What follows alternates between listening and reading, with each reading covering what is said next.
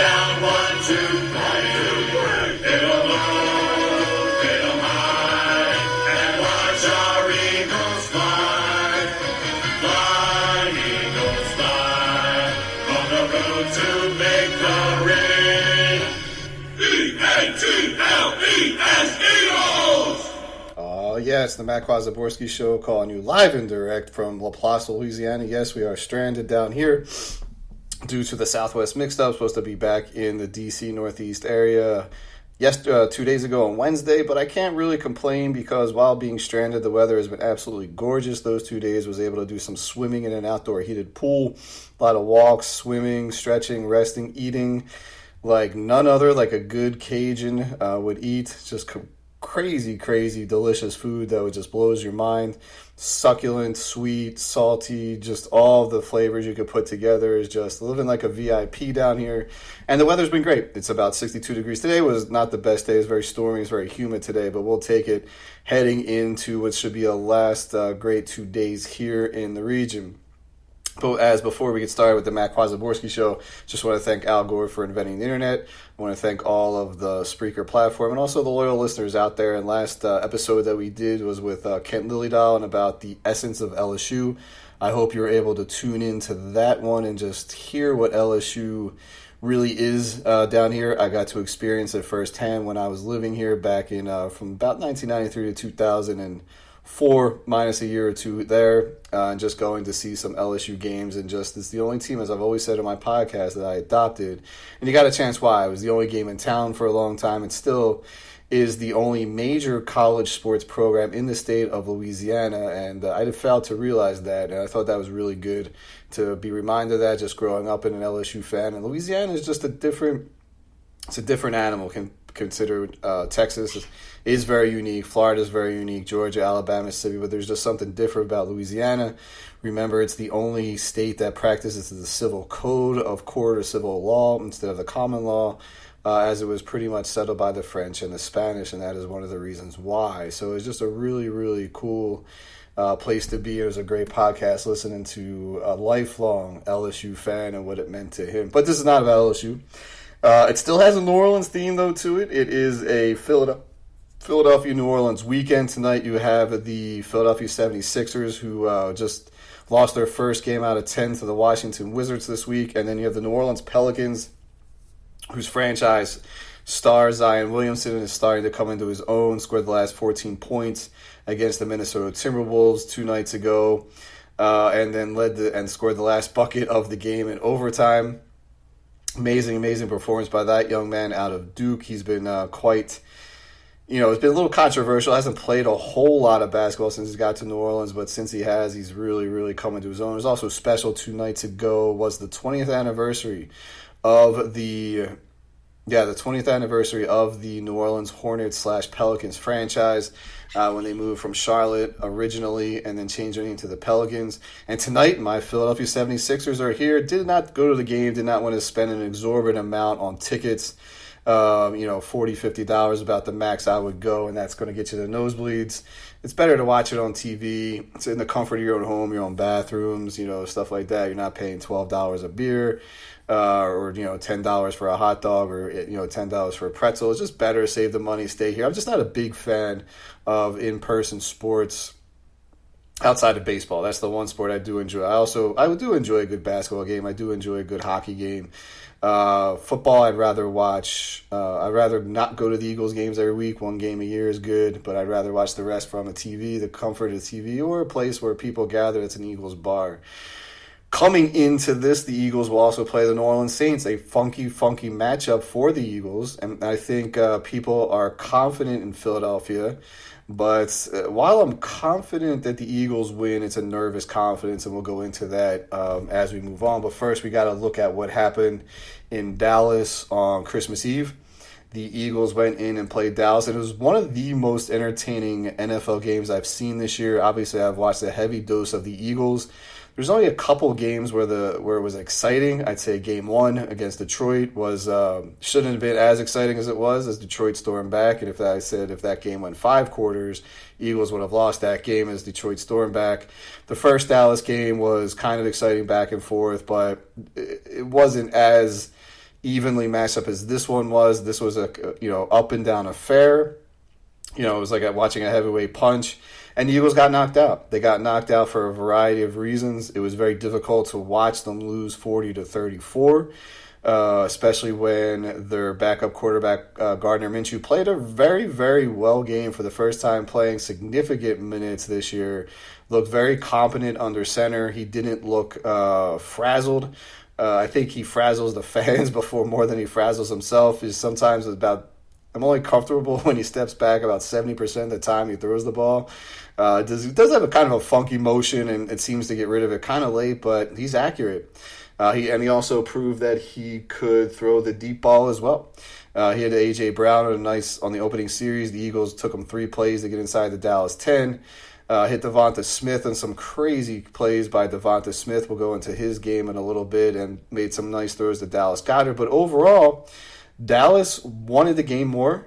I thought the Eagles coaches, starting with Nick Sirianni, Shane Steichen, the offensive coordinator, and the defensive coordinator, Jonathan Gannon, it wasn't their best games. And I think you saw what an inexperienced coaching staff can look like, even if they're 13-1, when they're up against an opponent that really needs this game, wanted the game more, and obviously going against a coach who, Mike McCarthy, he's not going to enter the Hall of Fame, but the man has won a Super Bowl. So you got to give it up to him, and he has this team playing a whole lot better than they have the Dallas Cowboys. It's one of the best Cowboys teams up and down on offense, very solid offensive team. And a very solid defensive team, but the offense, I think, is more who they are about, led by Dak Prescott, who's back healthy. They have a healthy lineup now. Outside of Tyron Smith, their all-stud left tackle, it's pretty much the go there. But a couple of points of the game, and we're going to go into why I think the coaches kind of didn't do the best game. The first one I'm going to talk about is Shane Steichen. Now, look, Shane Steichen has been a hell of an offensive coordinator. He is going to get some looks in this offseason if more coaching jobs do open up. I think he's had a hell of a year, but I think down the stretch here, it hasn't been his best game plan. The one going back to the Chicago Bears game, the Eagles won that game, but remember, Jalen gets hurt, and they didn't run the ball. Chicago has no run defense, and they decided to throw the ball, and Jalen had a great game throwing the ball. The stud wide receivers, Brown and Smith, had phenomenal, almost career-like games. But Jalen did get hit a lot. When you're going to throw the ball, you're going to expect to take hits. And, on his run out, he got slammed down, and now he's probably out until the playoffs. The Eagles are in the playoffs, but we don't know which round just yet. But going into Sunday's game, my main problem is the use of Kenneth Gainwell at the goal line. I like Kenneth Gainwell. He looks like he's going to be a solid third. Looks like he could be one of those prototypical third down backs you used to see back in the day. Has good hands coming out of the backfield. He blocks a little bit, and he can run the ball, but he is not a big guy. I don't think he's someone that you want to put on the goal line in the situation. I thought that was very, very poor job of running him 2 or 3 times to try to get a touchdown when you have Boston Scott and Miles Sanders, the All-Pro, on there, and Miles Sanders can punch the ball in. Boston Scott is stronger, I think, than Kenneth Gainwell. I think he's lower to the ground, which I think helps. And I thought those 3 straight runs, and I believe it resulted in Minshew having to do a quarterback sneak, and he's not a guy you want to sneak with. It did result in a touchdown, but I have a problem with that. I do want to give Shane Steichen some credit for the 3rd down and 3 call, where it looked like the Eagles were going to run the ball, and instead Minshew finds a wide open Devonta Smith in the end zone for a touchdown. So I'll give him credit there, but still, in a game that was decided by 6 points, every opportunity counts. Every opportunity counts. And I think that was that could have been a huge miss opportunity there for the Eagles. Again, they got it within the 10. They should have been able to punch that first one home, and they didn't take care of that one. The second one will go to Jonathan Gannon.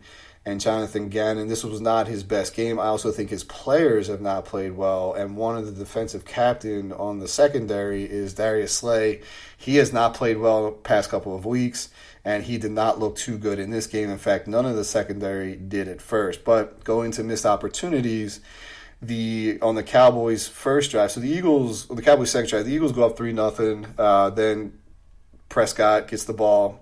Eagles go up 3-0 on opening drive.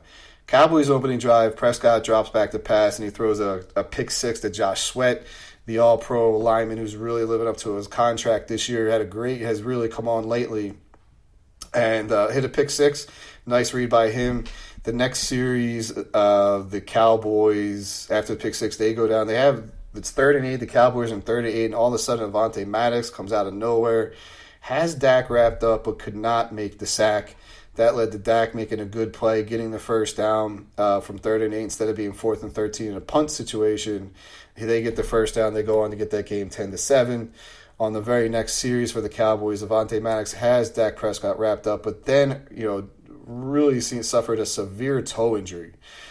He went limping to the sidelines, and you saw him walking back to the sideline to the locker room without a shoe or sock on. His toe was kind of up in the air, almost like he was having a bad toe cramp. But rarely do you see people walk to the locker room without their shoes and socks on, and that was a devastating blow because the Eagles could not adjust with the loss of him in the secondary. It looked like they were going to use Avonte Maddox all over the field, blitzing, covering the slot.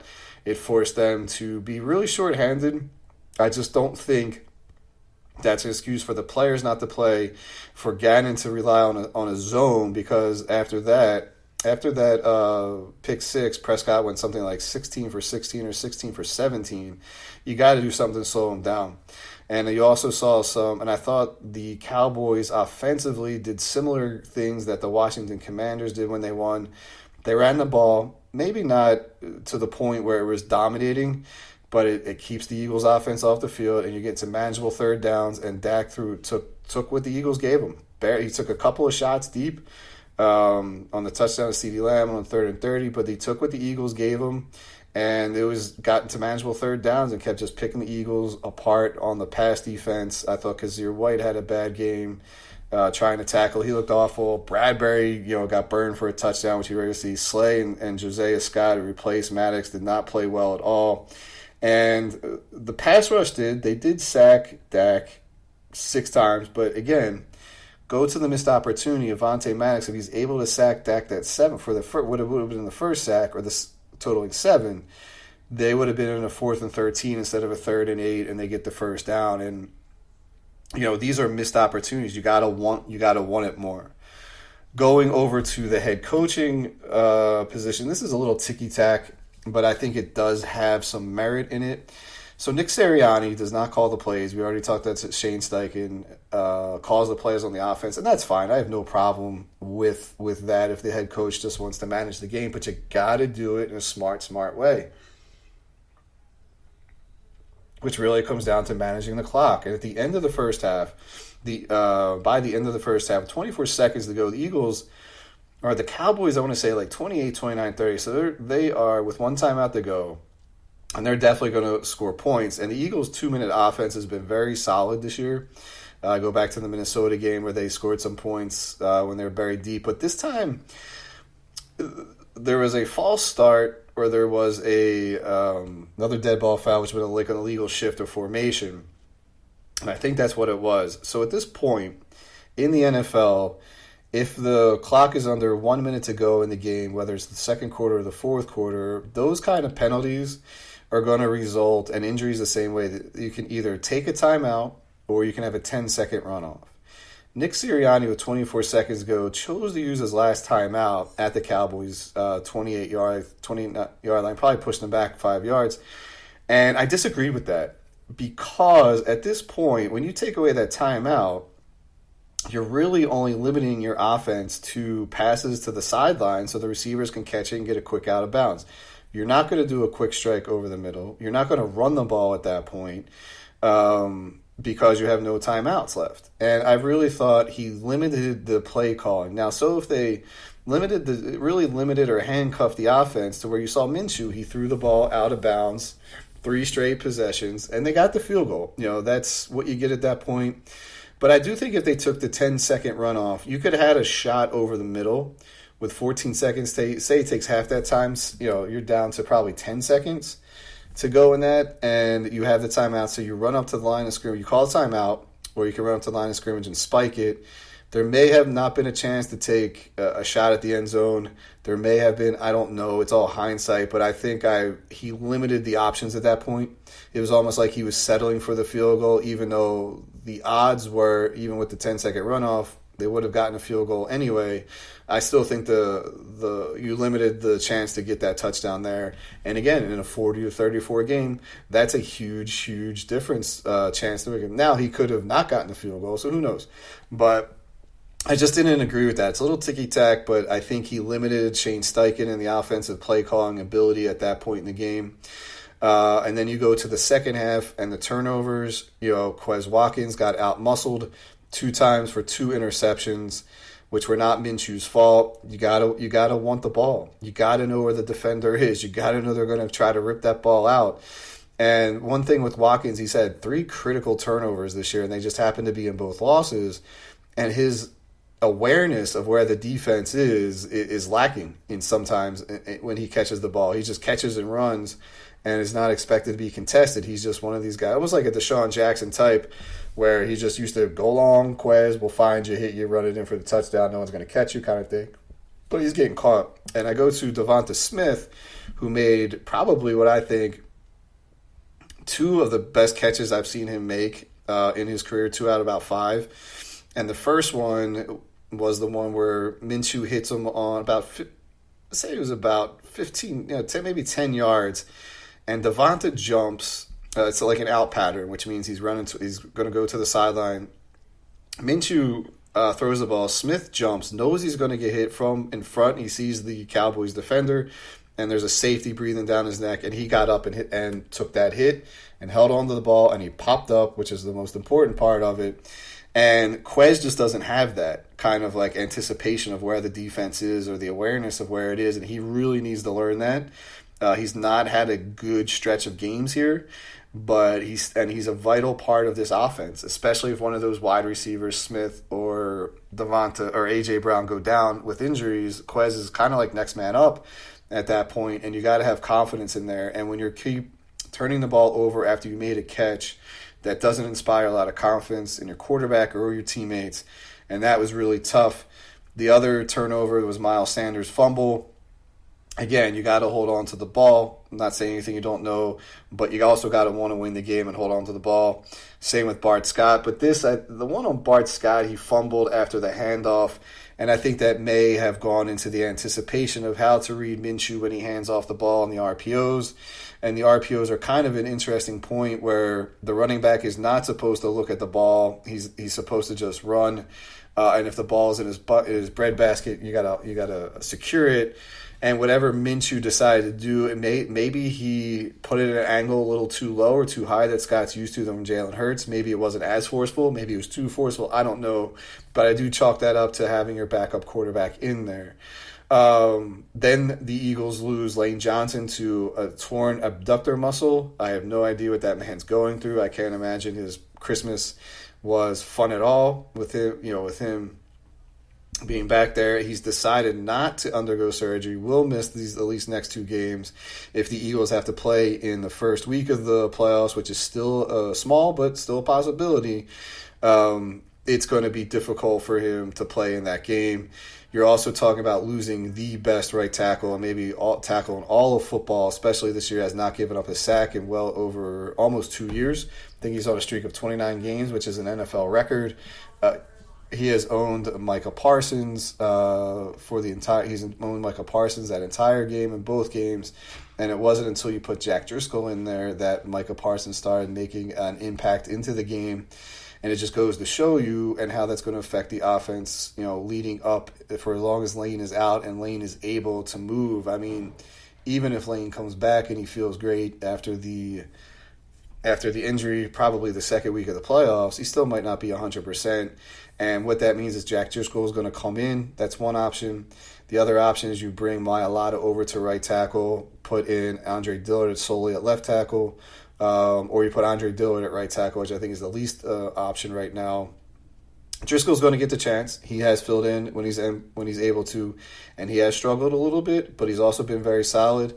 However, you're going to see a lot more 2 tight end sets. probably with Goddard and Stahl, and Jack Stahl is a very good blocking tight end. So is Goddard. So you're going to see a lot of little helping out Jack Driscoll there, especially against big time pass rushers. And the Saints have a few coming into this week. But overall, when you look at the fact that we faced a Dallas team that needed this game more, wanted the game more, played with our backup quarterback, lost 2 key injuries, one on the defense early on in Maddox, and then Lane Johnson, who then putting Jack Driscoll in there was able to disrupt. Michael Parsons was then able to be effective after that, kind of made Minshew hurry his throws.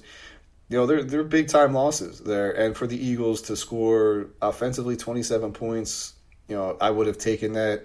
I'm glad they got up to the 34. Dallas was playing mostly healthy. Their quarterbacks were a little bit healthy.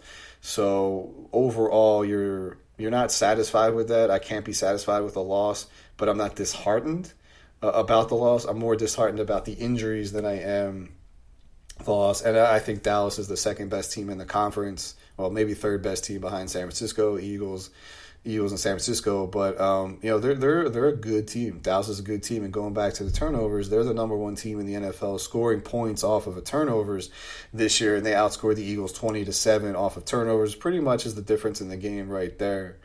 So we got to move forward. Dallas wins last night against a Tennessee team that has just fallen off the deep end, but also still has an outside chance to get to the play. Has a great chance to get to the playoffs. They play Jacksonville next week, the last week of the season. That's kind of a win. Whoever wins, and they're in there. So I kind of expect the Red Hot Jags, who won again, beating Tennessee. No, they didn't beat Tennessee. The Texans beat Tennessee. They forget who Jacksonville beat. Anyway, they'll probably rest their starters heading into this game. Maybe Trevor Lawrence plays like maybe a half if he plays at all. Might just try to get him a rest. Dougie P knows what he's doing down there, and what better head coach outside of Nick Sirianni is the root for in the NFL than Doug Peterson. He just looks like a good guy to just hang out with. The players responded to him. He's the right coach for that franchise. He's doing what he did in Philadelphia, making late playoff pushes. And right now, they are in the lead for the division, which is improbable considering how bad they started off this year. But they've just kept winning. They beat Dallas. They beat Tennessee. They're knocking off some big names. They went out to L.A. and smoked the Chargers. Like, there's some big quality wins under Doug Peterson's belt as the first year head coach, and he's won a couple big games on the road as well. So that's pretty much what happened last night with Dallas beating a undermanned Tennessee. But Tennessee, they have major problems at the quarterback position. Tannehill's out for the year. Malik Willis looks awful. Their heralded third round draft pick, and they went to someone named Dobbs last night, who they signed off the playoff squad a couple weeks ago, I think from the Patriots or somebody. I don't know, and he was the starting quarterback. So that franchise is getting old really fast. The Tennessee Titans, they're a team I like to root for. I like their head coach. Derrick Henry's one of the best running backs to watch. He's just physical, powerful, and fast. But they just look like they're getting old real fast. This is Matt Kwasiborski Show, calling you from Laplace, Louisiana. And we talked about the Saints. So New Orleans Saints will go up to Philly, while the Philadelphia 76ers play here tonight against the Pelicans. Listening to Philly Sports Radio yesterday, just one segment of it, and they're like, don't play Jalen Hurts. This should be an easy win. These Saints are not a good team, blah, blah, blah. And I'm like, the Saints aren't a bad team. They're a funky team. They're still an outside shot. They can get to the playoffs. Tampa Bay just has to win, and they're in, and that eliminates the Saints. I watched the Saints play the Cleveland Browns last week in Cleveland. The temperature was 9 degrees Fahrenheit, whatever that is Celsius. When it gets under 32, my Celsius knowledge is probably like minus 25 Celsius. It was the coldest game the Saints have ever played. And surprisingly, it was the third coldest game ever that Cleveland has played. And they've been in Cleveland for a long time. Long time. And the Saints are a dome team. And dome teams usually don't fare well in the playoffs. In cold weather. And they win the game 17-10 against, I understand it's Cleveland, a very disorganized franchise right now. But the Saints were losing 10-0. Kick a field goal, go to halftime 10-3, and they don't give up any more points to the Cleveland Browns after the Browns were up 10-0. And the way the Saints play defense, first of all, they have the 6th-ranked pass defense in the league for being 6-9. That's a damn good pass defense. One of the reasons they did trade Gardner Johnson to the Eagles, one, they didn't want to pay him, and B, they were comfortable with what they had.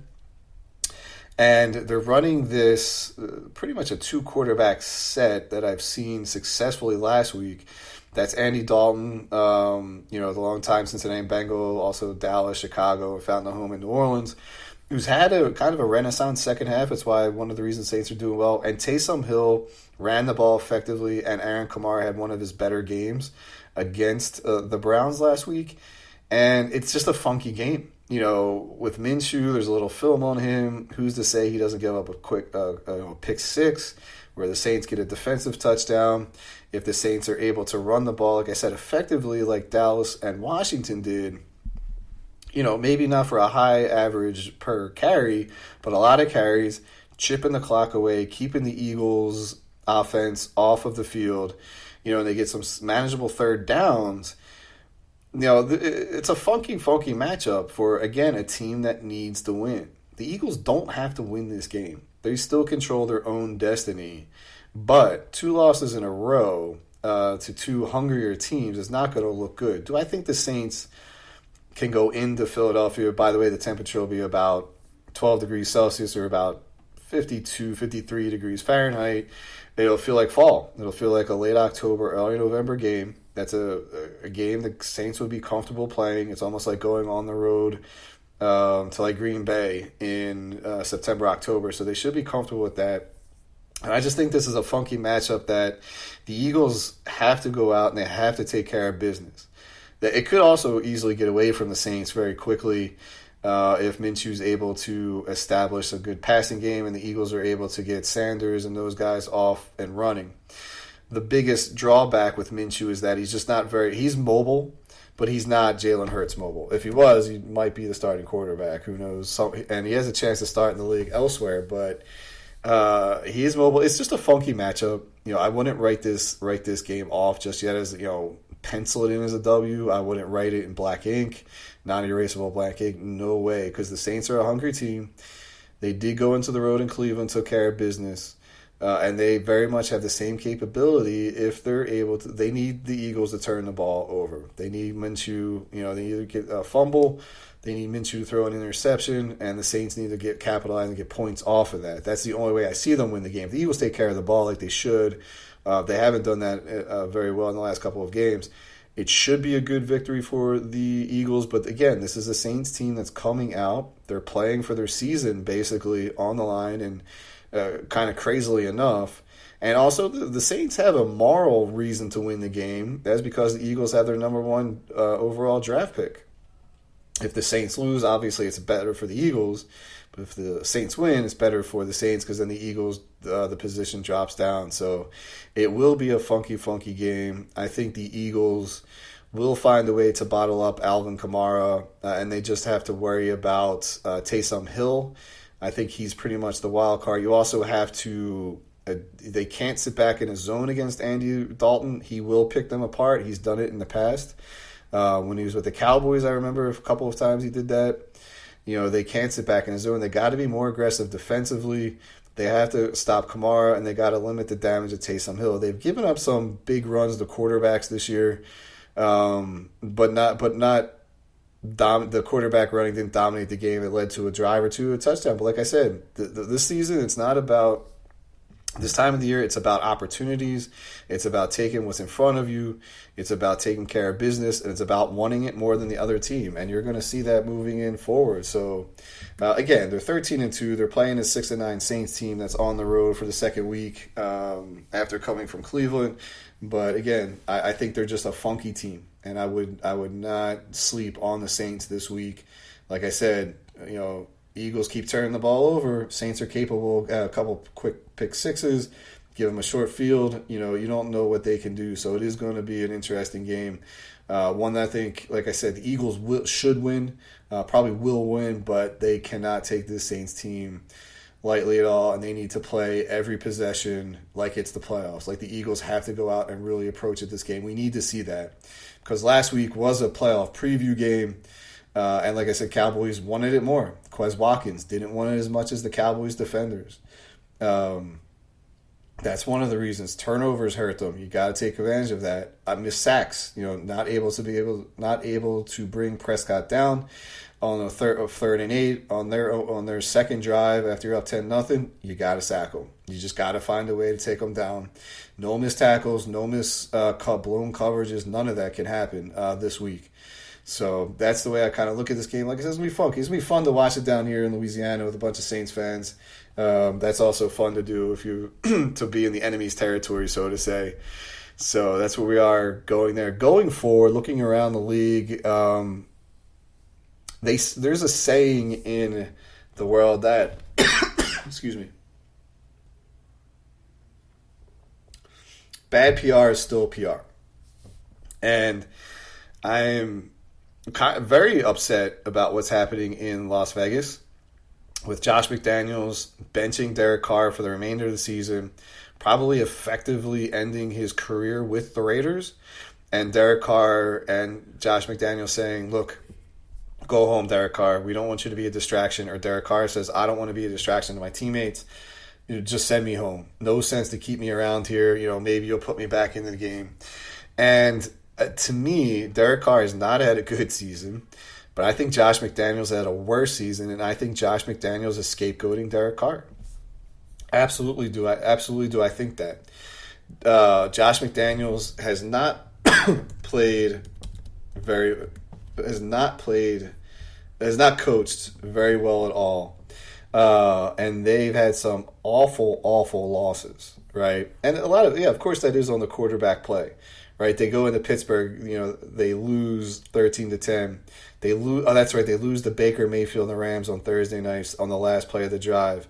They go into New Orleans and they get blanked 24-0. They lose to the Colts at home after the Colts hired Jeff Saturday, a coach with no coaching experience at all, and they went into Las Vegas. The week before that, they lost to the Jaguars, the Saints. I mean, they just have not played. They had not had a good year. They lost a couple of close games in the beginning. They blew up big leads against the Raiders. That's not all on Derek Carr. But that is on Josh McDaniels to lose to Baker Mayfield and the Rams on a Thursday night game when Baker Mayfield basically was picked up on Tuesday, played third, and beats them is ridiculous for that to happen. It's ridiculous that they lost to the Colts and Jeff Saturday in his Colts coaching debut. It was absolutely ridiculous, and it shows to me they might have buyer's remorse, and I think he scapegoated them. I think he just said, you know what, our problems have been with the offense and not the defense, which, again, is not correct.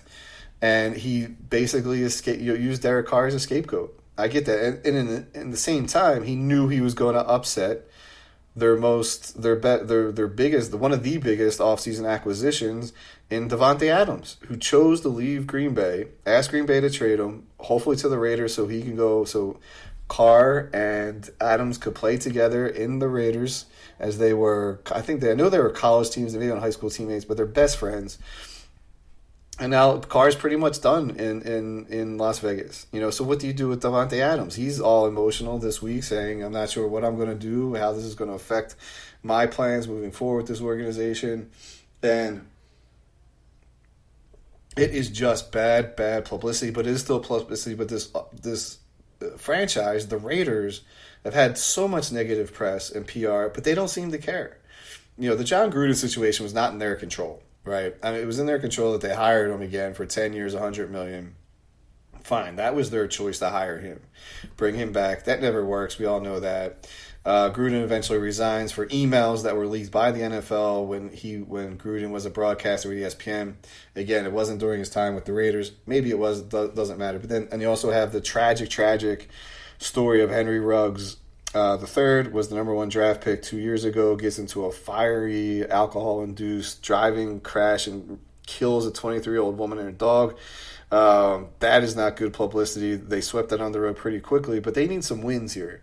Getting Devontae Adams and Chandler Jones was supposed to be wins, and it wasn't. Hiring Josh McDaniels, getting the general manager, he brings the front office guy from New England, that McDaniels and them come together as a package, similar to what you saw in New York with the Giants. And it seemed like it was supposed to work, but McDaniels he wants to, he's learned under Bill Belichick. He's not a good head coach.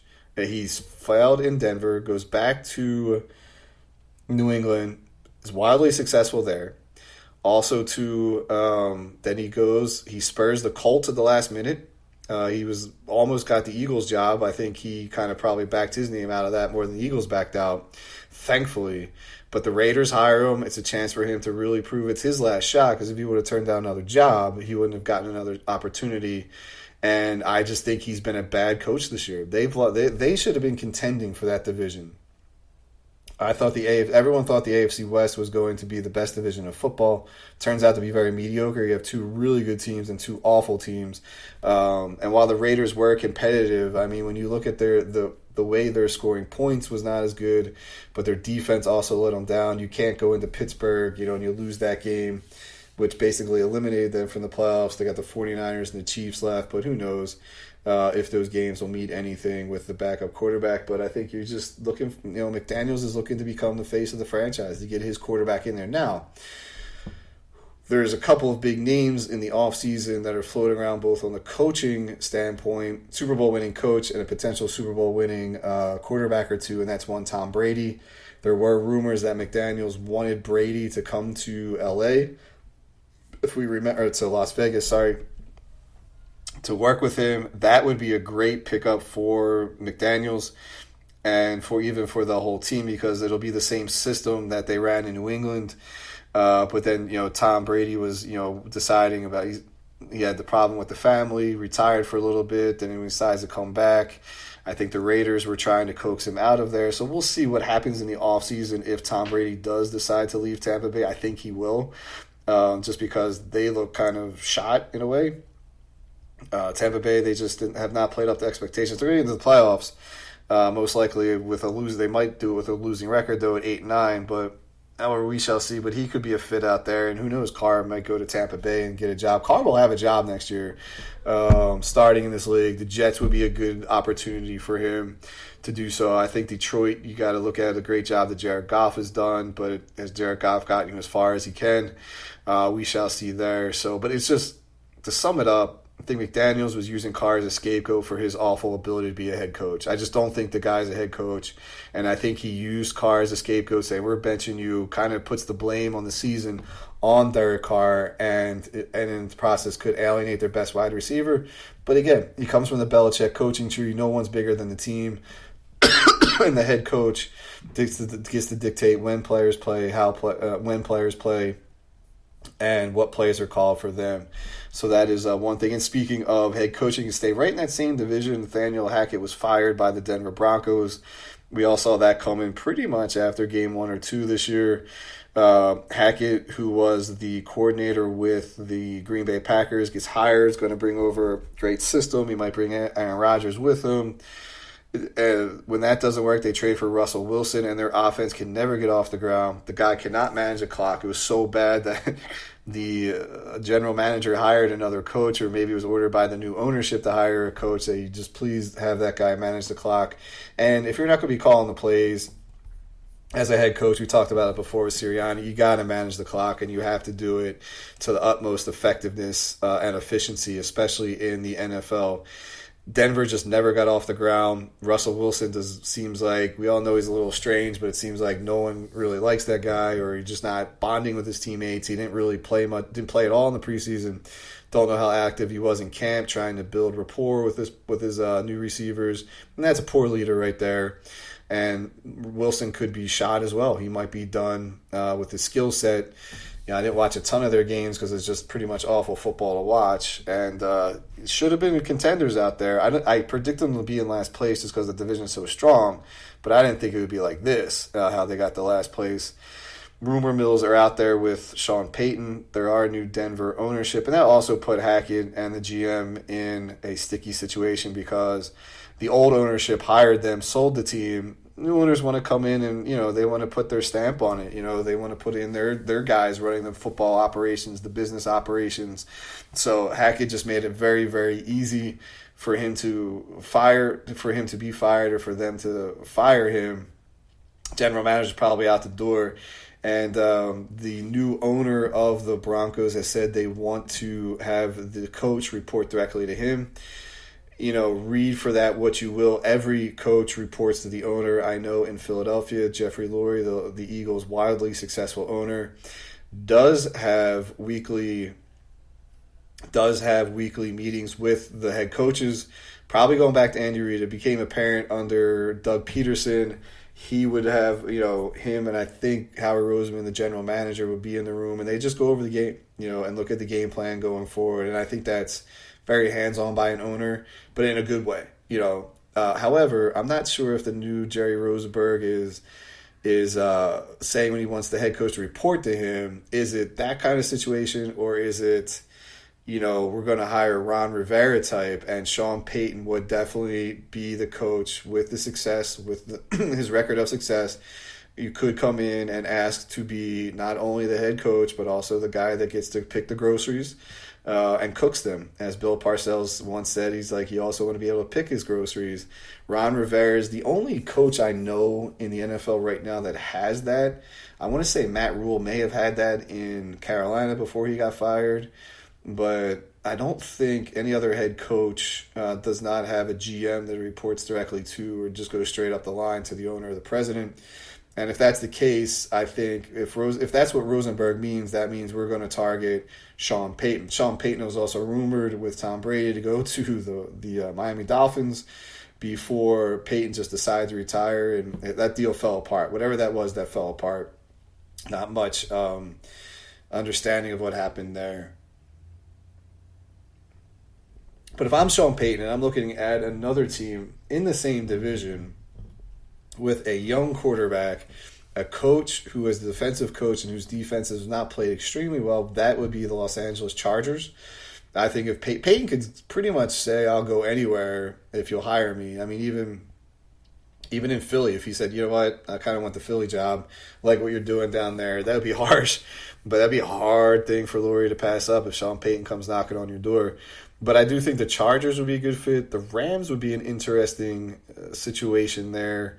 But the quarterback, the only way Sean McVay leaves is that if he realizes Matt Stafford is shot and just doesn't have it anymore. Stafford did suffer from concussions, but he also has some elbow injuries leading into the season, so you don't know what's going there. But the Chargers gig is one that I would want. Like, if any job opened up, the Eagles job would be one of them, I think, would be most attractive, and the Chargers job. The Cincinnati job is another one. If you're Zach Taylor, yeah, you got them to the Super Bowl, but again, if he says, you know what, I want to coach Joey Burrow and that team, and Peyton puts in a bid there, again, you're not going to be able to turn Sean Payton there down if you're the Bengals ownership there. Other head coaching jobs I think could open up. I think everything in the NFC East. Again, Sean Payton lingers over Dallas. If the Cowboys are one and done, and Payton has expressed interest in it, I think it would be tough for Jerry Jones. But Jerry Jones is not a coach you want to work for. He's run some great coaches out of town. We all know the story about Jimmy Johnson, but he's had Bill Parcells there. And then when he gets those mediocre coaches, he hangs on to them, like a Jason Garrett. So I don't know if Sean Payton would be able to go in there into Jerry's world and really gain influence. Stephen Jones, who has taken over most of the play personnel responsibilities in Dallas, I think Sean and him could probably work together, but Jerry's still going to do what Jerry does, and whether he's talking to Sean Payton or not, he'll release it to the media. He's very media savvy. There is a situation there. Around the NFC North, you got to look at the situation in Green Bay and what Aaron Rodgers is going to do. I highly think that Aaron Rodgers is quarterbacking the 49ers next year. I really do. I think he's going to get there. My buddy John thinks that New England could be a place for him, but for all intents and purposes, unless he's really, hooked onto Green Bay and wants to end his career as Green Bay, he most certainly will be able to do that. I don't know if there's a discord with him and the head coach Matt LaFleur, mainly because they're close in age. Rodgers isn't the easiest guy to to be a quarterback to coach. So we'll see how that goes if LaFleur they fail to make the playoffs. Although they're making a great run, I think Rodgers has settled down. He understands what the Green Bay Packers could look like without Devonta Adams, thanks to the emergence of the rookie Christian Watson, the wide receiver, number 8. There. Other situations to watch. I think Tampa Bay is a situation to watch, especially if Tom Brady decides to move on. And if Byron Leftwich, the offensive coordinator, decides that he wants to become a head coach, Tampa may elevate him and see what they do with Todd Bowles there. I don't know if they fire Todd Bowles or they may just ask him to go back to defensive coordinator. I'm not sure there. That will be a quite an interesting place, I think, to watch as far as coaching changes. Carolina has fired Matt Rule, but it traded away their franchise quarterback, traded away their best receiver, released their starting quarterback, and they're playing really well under Steve Wilkes, who I think deserves a shot to be the head coach there. What that tells me is while Carolina has been extremely competitive without McCaffrey, the guys are playing for him. Devonta Foreman's coming on. They whooped up on a Detroit team that was rolling. They whipped up on them, and that was almost a must-win for Detroit. And Detroit laid the bed, and Carolina played it like, you know what, we're still in the playoff contention too, and we're going to whoop them there. So Steve Wilkes, I think, should be a contender there. I think in Arizona, switching over to the West, San Francisco's not going anywhere. I don't think McVay leaves the Rams. Pete Carroll, he's either going to retire. They're not going to fire him. But Arizona, watch out for Cliff Kingsbury. It doesn't seem to be a great matchup or relationship with Kyler Murray and him anymore. I'm not a fan of Kyler Murray. And Cliff Kingsbury could be one guy that could be out of a job as well. So that's my look around the NFC, the coaching carousel, that in that way. Baltimore, I think John Harbaugh, and depending on, I put it this way, either John Harbaugh or Lamar Jackson are not back in Baltimore this year. Lamar Jackson, I'm not a big fan of. He has a lot of clout. He's going to want a lot of money, and I just don't think he's worth all the money that he's going to get. Cleveland could be another spot I'd watch out for if Kevin Stefanski doesn't want to work with Deshaun Watson. Cleveland wants to find a head coach to work with them. We'll find out. There's some firecrackers going off here in the neighborhood, just looking around. So we'll see about that. Going into this week's matchups, we do have the surprising New York Giants win, and they're in. And I think that's a great story. I'm happy for Dave Rizzo. We had on the podcast a little while ago, longtime Giants fan, and they've suffered. They've had some really bad losing seasons. I like the way they played against Minnesota. They played, Minnesota kept trying to beat them. New York comes screaming back, gets back into ties at 24. They lose on a 61-yard field goal. The Giants are right there, man. They're good for them, and I believe if they win and they're in, I'm just going to look at it real quick. Yeah. So where is it? So all right, going back to the Eagles. We know if they clinch the division title with a win or a Dallas loss, and we clinch the number 1 seed home field with a win as well. So we just need a win and wrap it up. Tampa wins and they're in. New Giants, we just wins outright. New York Giants win outright. There's also the tie scenarios or a Seattle New York Giants win or Giants tie, all these ties. Washington, they need a little bit of a help to get in there, so they need to win. Plus losses by Seattle, Detroit, and Green Bay. That's going to be tough to do. As I think Green Bay is going to win. I think Detroit's going to win this week. So those are interesting ways to look at it. The playoff picture going in. Over in the AFC, one of the best games in a long time. Monday night, Buffalo Bills and Josh Allen go into Cincinnati and Joe Burrow. Cincinnati's really turned the season around as I predicted they would. They're playing like one of the better teams. I still think they're a notch below Buffalo and Kansas City at this point, but they've got to the Super Bowl last year and beat Kansas City in the championship game. So Buffalo clinches everything. They need to win in Kansas City and also Kansas City to lose. Cincy can win the division if they win and Baltimore loses. Miami needs to win and for the Jets to lose, or a combination of a Miami tie and the New York Jets loss and Pittsburgh loss. So those are the spots that are up in the air, that people that can clinch it this week. So It's been kind of a fun year, up and down year, a little controversial year, but this is the last Eagles podcast of the year for me. We'll be back in 2023. And looking around like I said, I think the Eagles take care of business this week against the Saints. I just think it's a funky matchup. And the Eagles have to play every snap like it's a playoff game. If they're able to do that, they can put the Saints away early. But keep and if the Saints are down big, keep the pedal to the metal. Keep it on their throat because you want to win this game fairly easily. All Eagles fans want to do. But like I said, the Saints are a funky team. They have one of the better pass defenses in the league for a 6-9 team. They're 6 overall, and they're using the 2 quarterback tandem very effectively in Taysom Hill and Andy Dalton. So we shall see how it goes there. Like I said, it wouldn't surprise me if it was similar to the Jacksonville game. The Eagles got down 14-0 real quick, one because of a pick six and one because of a good drive by Jacksonville, and the Eagles pretty much took it over from there. But without Jalen Hurts under center, we'll see how Minshew's a little bit more of a frantic way that he plays, in my opinion. Very successful, very effective. But, that's what I kind of see this game. So I think the Eagles will win. You want them to win. You want them to go into that New York Giants game, the last game of the season, with both teams may have nothing to win. They may have nothing to play for, both teams, going into that last game. So it's been the Matt Kwasiborski Show, calling you live and direct from LaPlace, Louisiana.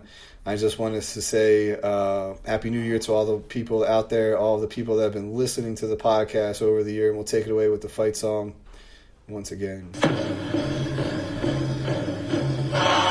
Eagles, fly, on the road to victory. Fly, Eagles, fly, score a touchdown, 1, 2, fly. Hit 'em low, hit 'em high, and watch our Eagles fly. Fly, Eagles, fly, on the road to victory. E-A-T-L-E-S, Eagles! It's the Matt Kwasiborski Show, calling you live and direct from LaPlace, Louisiana, signing off. Happy New Year to all the Eagles fans out there, to all of the football fans, especially to all my loyal listeners. And remember to inspire the inspiration. Do not wait for the inspiration to inspire you. Have a great, happy, and safe New Year's. I wish you all a very happy, healthy, and successful 2023.